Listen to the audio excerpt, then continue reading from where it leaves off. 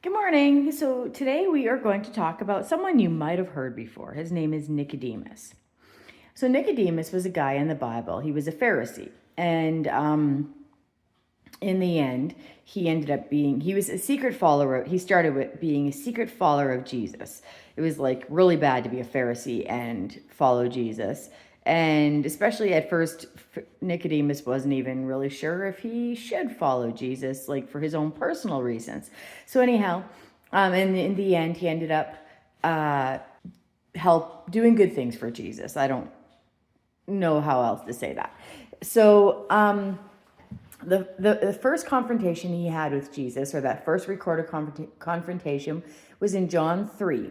And he went up to Jesus secretly at night because he was scared of being found out. And he said, I don't understand this whole born again thing. What Jesus meant is, obviously, you have to acknowledge that Jesus is your Lord. He's your only way to heaven.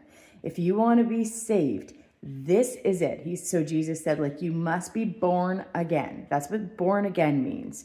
And he said, Nicodemus, you must be born, yes, from a parent, flesh and blood, but you also must be born of the Spirit.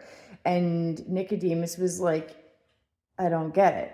And Jesus was like, he's like, you're the teacher of the law and you don't understand this? And right there, it sounds kind of condemning. When we hear a phrase like, not even a question, but kind of just a statement made to us,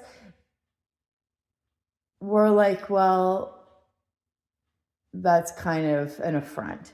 But think of it this way. He wasn't saying, like, you should have known this, Nicodemus, necessarily, but because God chooses when he's going to show himself to us and when he's going to make himself apparent. And Nicodemus was getting there. He'd chosen Jesus. But anyhow, he wasn't saying, you're really bad, Nicodemus, because you didn't know, so you're hopeless, and I'm just going to walk away now and find somebody else.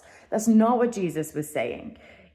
I think he was making the point, like, you're a Pharisee, and you've been so caught up in looking for your Messiah. Well, I'm here.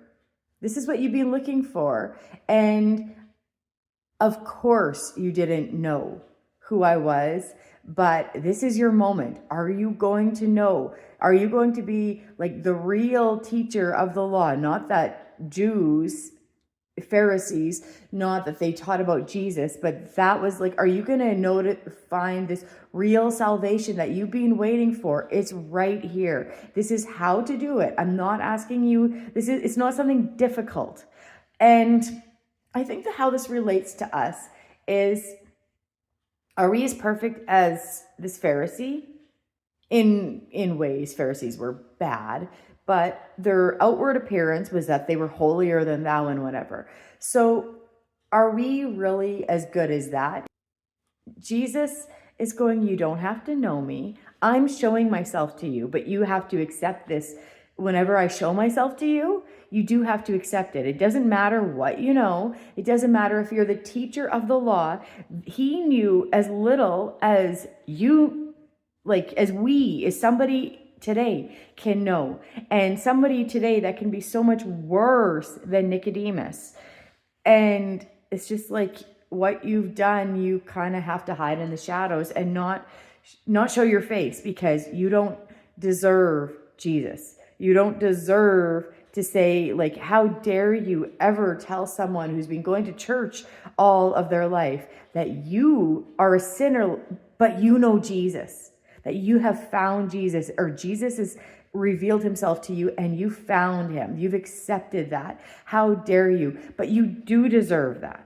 You can do that. And even as a Christian, occasionally, and you're going to find this, if you choose Jesus, you're going to find that people that have been a Christian longer, they might be looking down on you like, how dare you? You're kind of a hypocrite. But when you choose Jesus and not to choose to live the life of sin, you deserve Jesus, and you know just as much.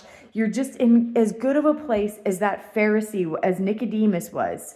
So take heart today.